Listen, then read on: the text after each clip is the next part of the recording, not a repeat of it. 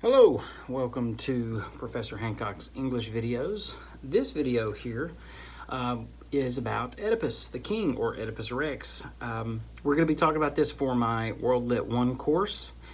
Very basic introduction to Oedipus. I'm trying not to be long-winded with it. So, where are we now? Now we are moving into ancient Greece, and we're dealing with the Greek tragedy. Aristotle is a big reading on this. You'll see a handout in the class for Aristotle on tragedy. That's very important. I also have a very old handout in the stack that I had in my World Lit course that I still use because it has a lot of great information in it. It's kind of hard to read now, but it's still really awesome if you can kind of decipher it. Okay, so with the Greek tragedy, what we see here is focusing on during the time, the festival of Dionysus, which Dionysus was the god of wine and revelry and partying, just partying it up. Just think of it that way. During that festival, it was very common to have certain plays or dramas that would come out for a celebration for the gods, especially Dionysus, but all the gods in a way. And what we have here is a tetralogy, and Oedipus is one of those in that group. And people would go to these, it's almost like the Purge movies and things like that. That's where this kind of base is from. Folks would go their whole life being civilized in their society and everything like that. Then come this, festival Dionysus and things like that. It was an opportunity for them to kind of just let their hair down and party it out and get all the stuff out of their system, to purge themselves, deal with what we call catharsis, or what we will talk about here in a few minutes. And so one of the ways they did this was indulging in these types of dramas like Oedipus. Oedipus is not a nice story. It's pretty gross, it's pretty weird, and it's pretty bad. So a lot of students are like, oh my God, I can't believe that. That's nuts, all this kind of stuff. Oedipus is terrible, which we'll talk about Oedipus being terrible in a little bit. And so this was a way for them to purge themselves of those feelings. So that's one of the ideas. One of the things in that old handout is dealing with the idea of catharsis. Is why do we like bad stuff? Why do people love watching movies about zombies eating other people and tearing people apart? Why do we love seeing horrible things? Why do we love to watch that stuff or read about that stuff? And the idea is it's catharsis. And there's many theories as to why. We really want to do it. This is a safe way of living that out, or purging those types of dangerous feelings from ourselves, things like that. So there's many reasons why, but that's what they did. They loved these types of plays, and for catharsis, regardless of your precise definition of such. So with Oedipus, what we have here with Sophocles' play is we have the king of Thebes here, and he has a particular problem. There is a massive plague on the people. And the whole idea is that it's been told to them at the oracle that the previous king's murderer is in the city, and they need to purge the city of the murderer. So now Oedipus goes on this complete whodunit mission to find out who it is. Finally, he finds out, and it's a terrible tragedy at the very end. You can read on and see what's going to happen. And so that's where the plot's going, okay? So one thing that's really interesting about these plays to understand is that they're not the type of plays that you would think about today. The old handout, again, has kind of a setup of what it looks like. You kind of have like a Parthenon, or not a Parthenon, but like a type of a Colosseum look, amphitheater look, and in the very center is like a big circle bowl at the bottom with an altar, and that's where everything would take place. Everybody would be standing around, and they would be acting in that one spot. They would wear big masks. They would never be, clear face. There would be a mask on all the characters. The plays typically, obviously it was in one setting right there, but the play time span, what happens within the story of the play, was always within 24 hours. All violence would take place off the screen, everything like that. So when Oedipus gouges his eyes out, he does it off screen, then he comes back and there's blood, that type of stuff. And so,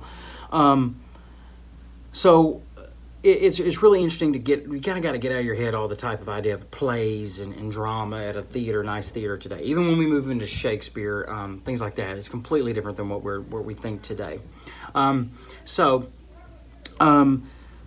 when you see that, really keep that in mind and think to yourself, what were the Greeks doing? What were they looking for? Okay, and so the two things I really want to focus on, and these are actually the two topics for the literary analysis. Number one is the idea of a tragic hero. So let me go ahead and tell you now that a tragic hero is not a hero in a tragedy. That is not what a tragic hero is. That is actually the title of a classified character.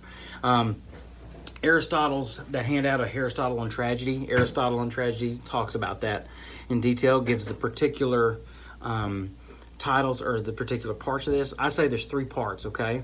The first part is the flaw, okay?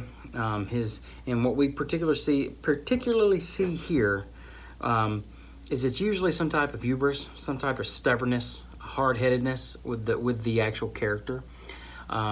Then after that, you have some type of fall. We'll call it a fall, okay? There's something they've done that's made them fall from grace. It might have already happened. It might be a whole realization of that, or it might be just when it comes to be known, all right, this person messed up. And then there has to be, some people call it a reversal, some call it a recognition. Like there's a point in time and within the story where the hero realizes that, and then everything turns 180. The person he was at the very beginning is different than he is at the very end. Generally, the tragic hero is a good character. That's why they call him a hero. It's just a hero, a good character with a flaw. And so that's the big question is Oedipus a tragic hero? And if so, how? You have to show the evidence, prove where, okay? So when you go in and you're reading this, you have to look for those three places. Look for his evidence for his fall or his flaw. Look for the fall. What did he do that failed? And then look for his particular explicit speech at the very end where he reverses, where the reversal happens and he changes from who he was. So that's it. And the other one, which is really big, there is a handout of the Morier that really pushes this idea too. One of the reasons why the Greeks loved these plays during this festival is it gave praise to their gods.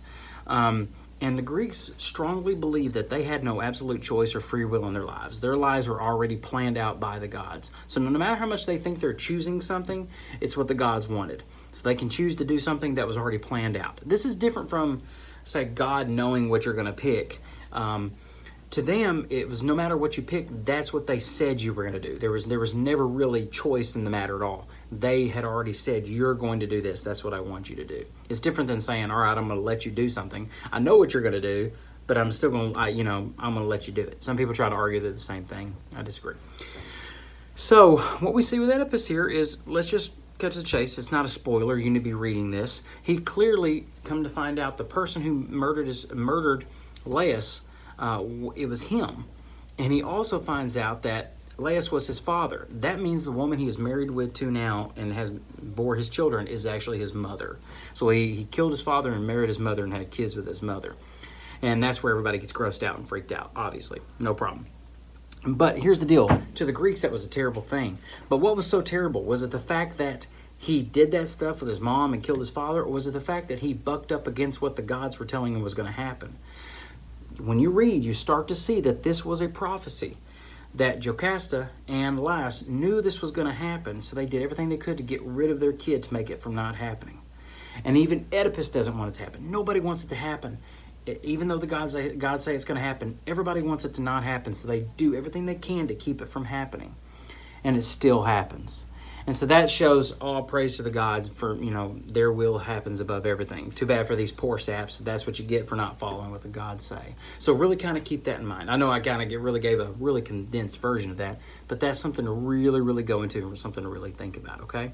So there you go. That's enough. That's a little under 10 minutes for Oedipus. If you have any questions, please let me know.